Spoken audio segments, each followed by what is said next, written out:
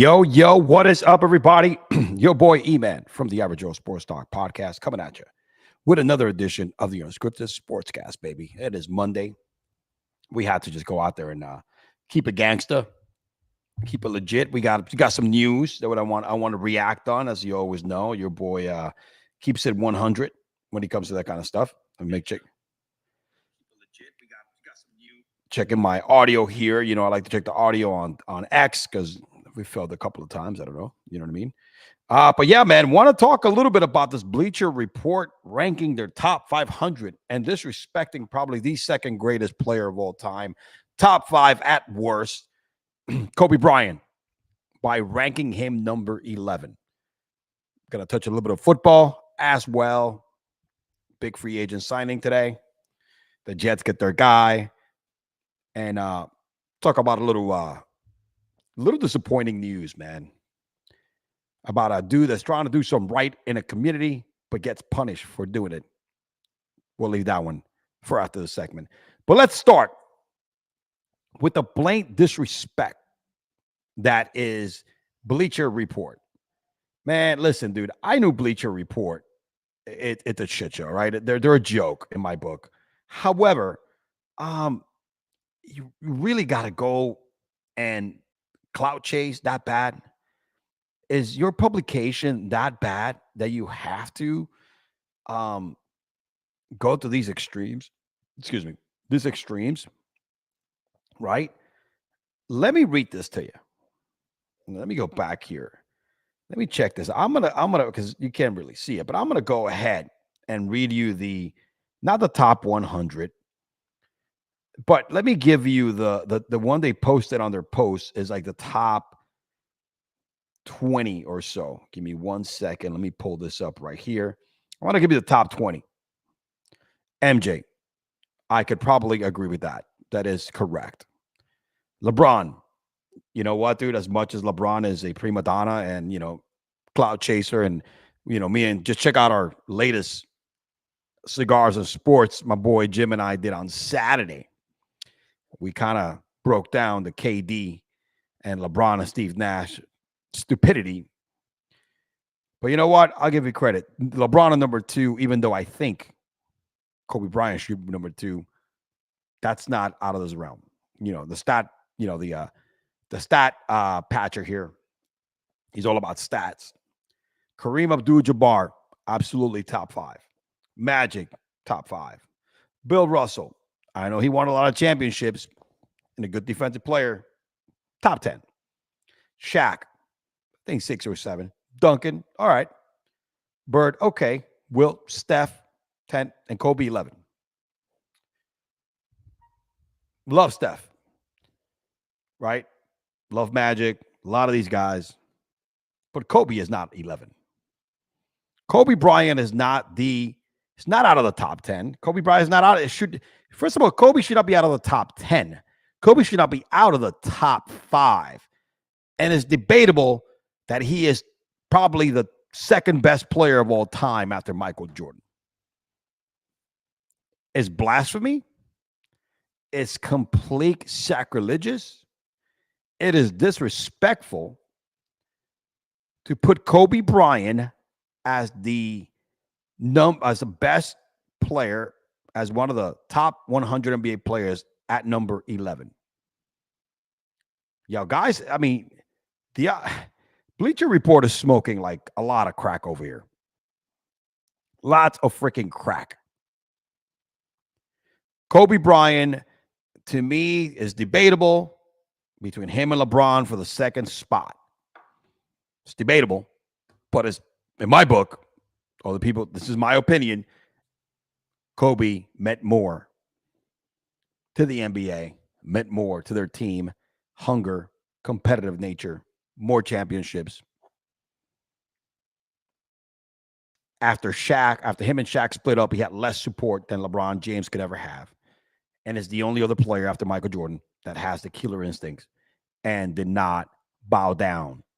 My man busted ass. But let's say you want to leave LeBron at number 2. Let's leave that there. Kobe should be number 3. Kareem had Magic. It is what it is. Kareem had Magic. He started winning with Magic. All right. Not before Magic. He won one with the Bucks or whoever the team he was before he went to the Lakers. When he went to the Lakers, they sucked. Let me get comfortable here, folks. Oh, man, I'm doing this from my living room today. If you haven't noticed, let me go ahead and pull up the back here. So there you go. Let's pull up the back chair here. There you go. I can lean back. Then you could push the whole list down. Put him at number 3 at least, and then push the whole list down. I don't care. I'm okay with that. I know you got Steph there. Move Steph up. Switch Steph with Duncan. Shit, switch Steph with Russell.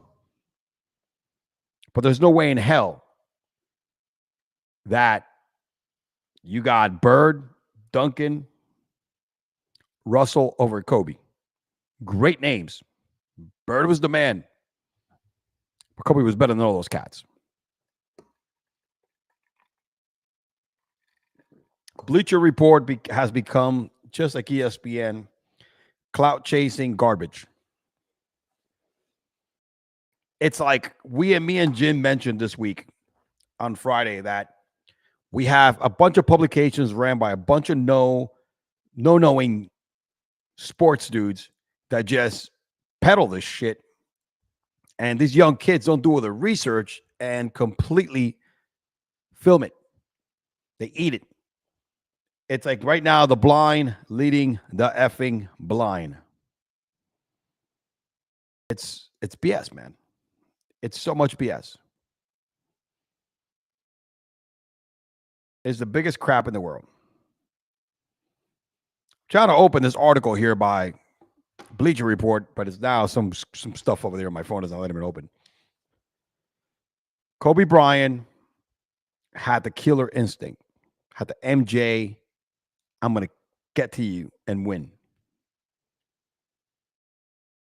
He won 2 more rings after him and Shaq split. Shaq won 1. There is no reason why these individuals have to disrespect Kobe like this. The late, great Kobe Bryant, who was taken from us way too soon. I think if Kobe was alive, he would not be holding back his punches. My man would be going out there with the mama mentality and tearing Bleacher Report a brand new one. Disagree with me, whatever you want to say, but this is bullshit. How the hell are you going to put Kobe Bryant out of the top 10? First of all, out of the top 10 is ridiculous. Out of the top 5, it's insane. And not being the 3rd greatest or 2nd greatest player of all time is another stupid analogy here. I mean, not analogy, another move here. We are turning our generation, our kids' generation, stupid. Because all these publications, Bleacher Report, ESPN, even Fox Sports, they have a bunch of dumbasses printing crap, and people are actually believing this. FS1 just canceled their show with whatever the first, it was Speak Something, the one with Emmanuel Atro and Joy Taylor and whatever. Hey, you knew that was coming. That show was losing ratings faster than it was losing rating faster than Elon Musk stock, Tesla stock. You know what I'm saying? Because we got people there just spewing crap and not like without substance. Do your research. The news, regular news, mainstream media news, and sports mainstream media have become narrative-based and clout-chased organizations. All they care is about what kind of drawing views without the quality. It's no more content. It's about quantity, not quality. It's about more people to watch, regardless of you being a joke or not. That's just in the world we live in. We live in the world of, clickbait. Let's go ahead and catch it. even if it's just for like 10 seconds or 20, 30 seconds, but we got that viewer. No quality, all about quantity. It's a bad way to live. It's not sustainable. I hope all these damn publications go down the hill. And they are, unfortunately. It is a complete disrespect. And whoever came up with this list in Bleacher Reports not only should get fired, because he's probably been smoking mad crack. That man, whoever put this list together, or woman, should not be allowed to write or report anything else sports related. Because this is the most stupidest, obvious, clickbait, trolling, move, clout chasing I've ever seen in my entire life. It is BS. And there's no room for it in the real world. Come at me. Bleacher Report, you just lost a fan. I'm going to unfollow your account. No, actually, I don't follow you at all. That just was the #1 trending topic, and I needed to address it because it was stupid. On X, actually. I was going to start the show with Garret Wilson getting signed, but I get home, have dinner after work, and I'm like, damn, man. I'm going to have to switch the script here and start with this because it's bullshit. It's ridiculous. Kobe is second greatest player of all time. Come at me. Second or third, debate it. That is debatable. Not 11. 11 is non-debatable. It's just a complete lie. All right. Let's talk about something. I mean, man. So this came out today. Teddy Bridgewater, who we all know, former football player, right? Signed with the Lions, was last hurrah right before the playoffs started, who has been coaching Miami Northwestern. I live in South Florida. I'm close to Miami. I'm in Fort Lauderdale area. And I know I've been living now down here for 21 years. As y'all know, I'm a New Yorker. I was raised in New York, but I've been living in Florida now 21 years. I'm more Floridian now than ever. Love it. But check this out. Miami Northwestern is one of those local powerhouses in football, right? You know, it's a school in a urban area, you know, in an area that's not rich, right? These kids are all come from an inner city. You get a lot of good talent, right? And he has he is the head coach of this program. Let me go ahead and and today, Teddy has been suspended as their head football coach by the Florida High School Association, whatever, probe into allegations of impermissible benefits for his player. Here are some of those benefits in question that they suspended Teddy Bridgewater for. Teddy Bridgewater self-reported as things that he got for players, right? He got things like Uber rides, like $700 a week for players to go to practice. Because remember, they live in areas that they can't afford much. That these kids are not, they're poor. All right. Paying for pregame meals, about $2,200 a week. Renting cooler trucks for recovery after practice. That's $1,300 a week. Organizing a 14,000 training camp, among other investments. Bridgewater said he paid $300 a week during the season to have the field freshly painted before the games. All right. So last year, a similar school in Orlando was found guilty of the same impermissible benefits. Impermissible benefits, I'm sorry. The Latino just came out of me. And forfeited about 8 wins and a $36,000 fine. A key point that Bridgewater said is that he did everything as a volunteer, not as an employee. He argues that his time and money was spent. And it comes down to it, he volunteered from the bleachers like he used to from 2018 and 2019 when no one had a problem. For their part, the administrators at Northwestern were unprepared to give a statement today. When he asked to confirm Bridgewater status in the school, the compliance office in Tallahassee shared that USA Today that they have confirmed they officially sent the allegation to Miami Northwestern, communicating with the school to gather information. They don't have a formal official timeline when this will conclude. Let's check out the comments. Oh, my boy Jim is in the house. My other half of Cigars and Sports. He goes, I don't give a F. Teddy did right by these kids to think colleges for years, pay for players before it was legalized. Absolutely. This is not even an NIL deal. Kids in high school are allowed to do NIL deals now, just like in college. And here is Teddy Bridgewater using his own money because, trust me, a high school football coach in the high school in Northwestern in Miami is not making a lot of money. He is spending twice that amount on these kids than his salary.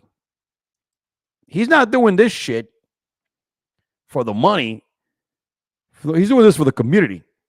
Teddy Bridgewater, a local Miami guy, would come back every year, every offseason, and spend time in the communities helping kids. If you notice, 2018, 2019, doing this same shit.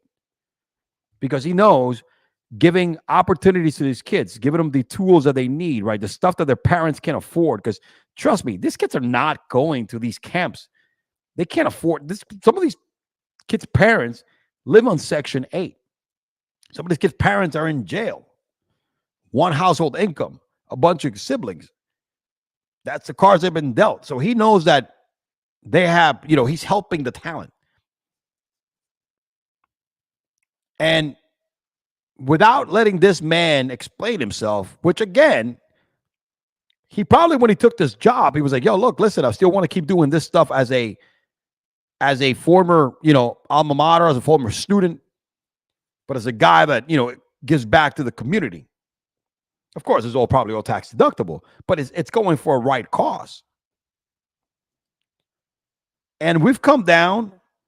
He's not paying these freaking athletes.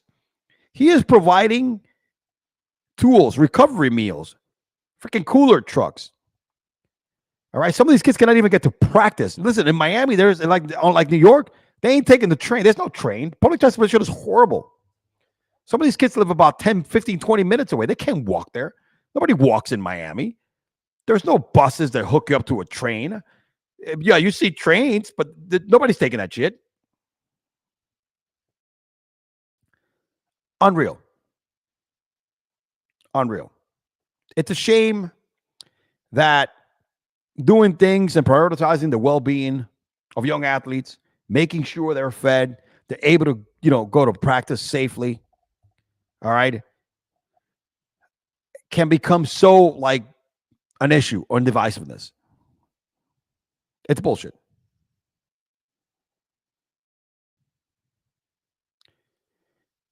So there's also an allegation by Teddy Bridgewater. He alleges that the school administration tried to force him out and hire one of his friends as a replacement, only for the candidate to tip him off. Insane. Teddy deserves better. There you go, my boy Tim again. What's funny is that we, them, is right. These morons deemed wrong. Little do they know that if it was their kid receiving the help, they would praise him and not. Absolutely. If an administration, one of their kids would go to that school playing football, administration would try to look the other way. They would not rat him out. This is just a play of selfishness for their own benefit. They wanted him out. They got to try to get him out. He was doing this before he coached. Nobody had a problem. This is how you piss a good person off, and he stops doing this kind of stuff because somebody trying to wrong him. And then you know who suffers? Not him. He has money. He could live without working. He'll get another coaching job because apparently he's a pretty decent coach from what I hear. But you know who loses out here? those kids in those neighborhoods.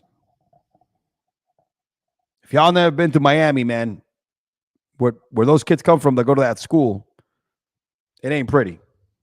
Shout out to Pork and Beans. Pork and Beans, baby. So, yep. Man, it's just crazy, bro. The fact that they going after him for, he's not even paying these kids, man. He's not recruiting anybody. This is for his current team. I mean, come on, man. He is providing health care with the cooler trucks, meals, because they can't get those type of meals after they're done. God knows none of these kids are going to have a hot plate of food when they get to the crib after the game. He's painting the damn field. The school is there painting the fields. Miami, Northwestern High School. Y'all being run by a bunch of morons and a bunch of pussies that don't have the best benefit. They don't have the best benefit in mind for their students, especially the student athletes. So for that being said, hey, yo, Teddy, you the man. We thank you, and we wish you the best. Deserve better. That's what I'm saying, bro. Unreal. On effing real. Moving on. So, we did have a big free agent signing today. The Jets get their man, Garret Wilson.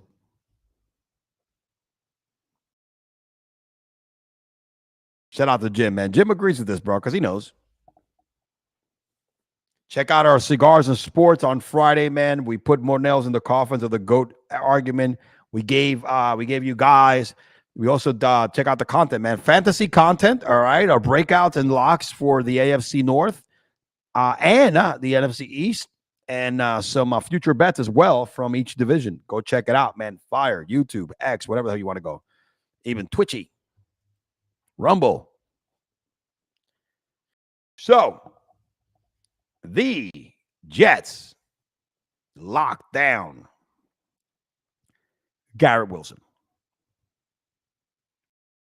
And they have to lock down Garret Wilson, right? They got a new quarterback, new coach, new offensive coordinator, new everything. Defensive-minded coach. Of course, you got to lock down a very talented receiver, their best wide receiver, right? And let's take a look at these details from this particular. Let me pull up the contract. Garret Wilson, a 4-year extension, 130 mil, 90 guaranteed. All right. It marks the first time in NFL history that a wide receiver has received an average over 31 million after playing only 3 seasons. 32.5 average million per year. 32.5 million per year is the 5th highest for a wide receiver. He was a Jets first round pick, extended only after the first 3 seasons, which is under the new rookie wage scale. I'm sorry. Garret mother effing Wilson, right? Let's go to the numbers, man. The quarterbacks he's played with: Zach Wilson, Zach Attack, the MILF Slayer, and then Aaron Rodgers last year. And of course, Aaron did not start blazing the world until Devontae Smith came. Him and Garret did not have any chemistry whatsoever. Not Garrett's fault. This is the quarterback's fault, by the way. Rookie season 2022, my man had 83 receptions, 1,100 yards, 4 touchdowns. Again, with really bad quarterback play. 70, and this guy has played every game of his entire career. 3 full seasons. This guy's a warrior. He got this money because he is a freaking dog. He comes to play. He comes to practice. And unlike most quarterbacks, he doesn't bitch. Even when Aaron Rodgers was like giving him the shaft last year. But has played every single game and every season since he's been in the league. He's a target hog, 147 targets in his rookie season. Season 2, 168. Last year, 154 targets. He had less targets last year than he did in his second year, and he still caught 101 balls. 1,100 yards again, 7 touchdowns. All right. And that's with, like, again, not getting the attention that he should have gotten. You have to lock a guy that, first of all, let's say the quarterback was Joe Burrow, Josh Allen, Lamar Jackson. Let me step it down a little better. Justin Herbert. Let me go a tier below that one too. Hold on. Kirk Cousins. Let me just keep going down even a lower tier. Another lower tier quarterback, right? Trying to think. Jared Goff. Sam Darnold. This dude would have had over 10 touchdowns and probably 1,300 receiving yards, about 112 receptions. But the quarterback has been so... Zach Wilson was freaking this quarterback for 2 seasons before Aaron Rodgers. Even though last season he had career highs in receptions and touchdowns, you know, and also receiving yards by like a yard. The talent in this kid here, he still hasn't hit the ceiling. I know Justin Fields is not a pocket passer per se, and is probably more of the same. He's not going to get at the football a lot, but it's a good move by giving him the 5th most money. He got this money because he's work ethic. And he could put the numbers if the ball gets thrown his way. And then, you know, the story here is going to be, the passing game. Hey, Justin, you pepper this dude. You pepper the hell out of Garret Wilson. Another guy that has all the ability in the world, but also has been kind of shafted and passed over.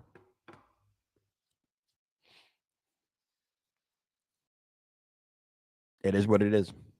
But however, he got rewarded, rightfully so. And I think the Jets did a good move.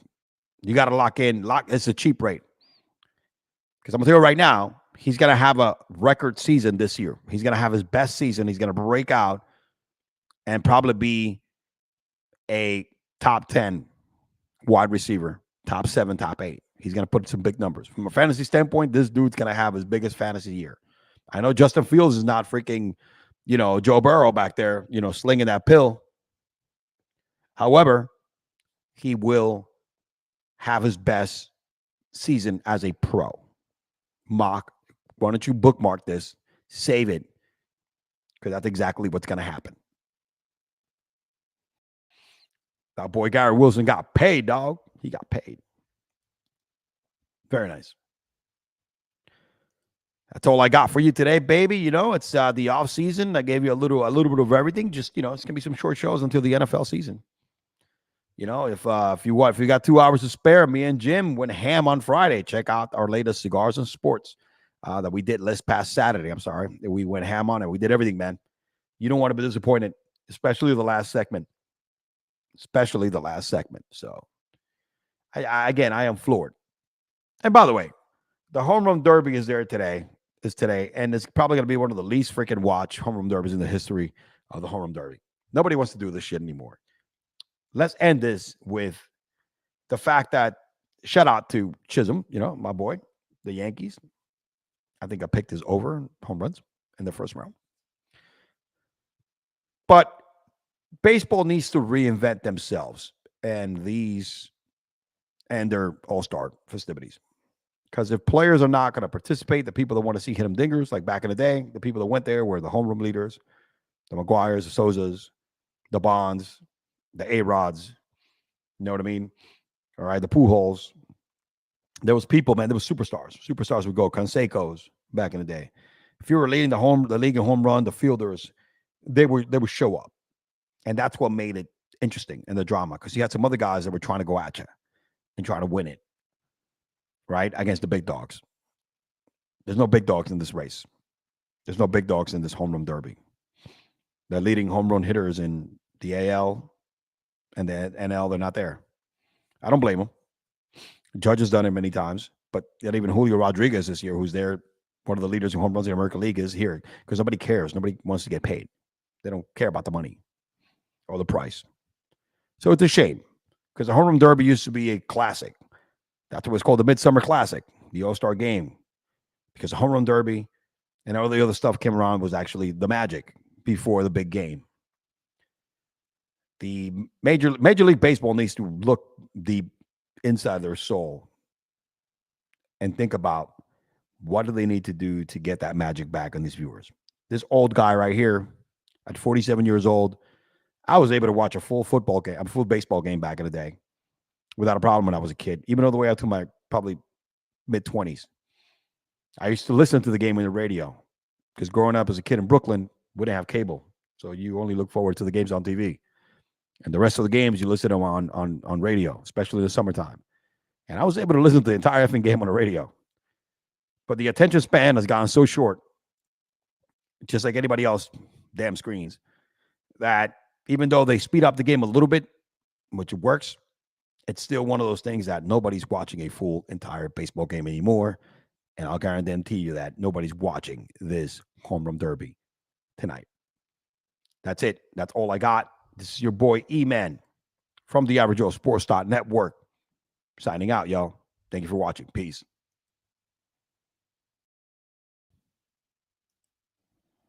Yo!